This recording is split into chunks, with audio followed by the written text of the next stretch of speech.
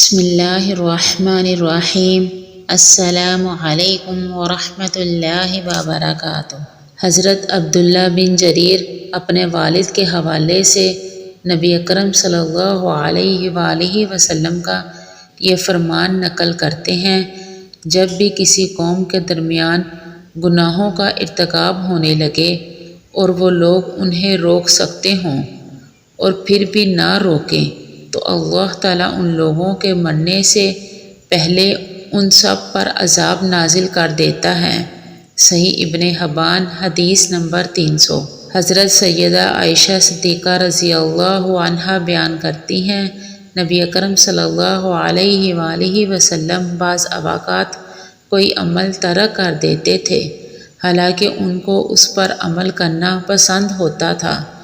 آپ اس اندیشے کے تحت ایسا کرتے تھے کہ لوگ بھی وہ عمل کرنا شروع کر دیں گے اور یہ ان پر لازم ہو جائے گا۔ صحیح ابن حبان حدیث نمبر 313۔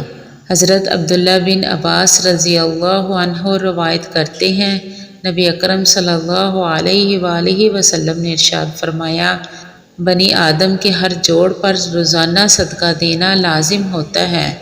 حاضرین میں سے ایک صاحب نے عرض کی، کون اس کی طاقت رکھتا ہے؟ نبی اکرم صلی اللہ علیہ وآلہ وسلم نے ارشاد فرمایا، نیکی کا حکم دینا صدقہ ہے، برائی سے روکنا صدقہ ہے، کمزور شخص کا وزن اٹھا دینا صدقہ ہے، اور تم میں سے کوئی شخص جب نماز کی طرف چل کر جاتا ہے تو اس کا ہر قدم صدقہ ہے۔ صحیح ابن حبان حدیث نمبر 299۔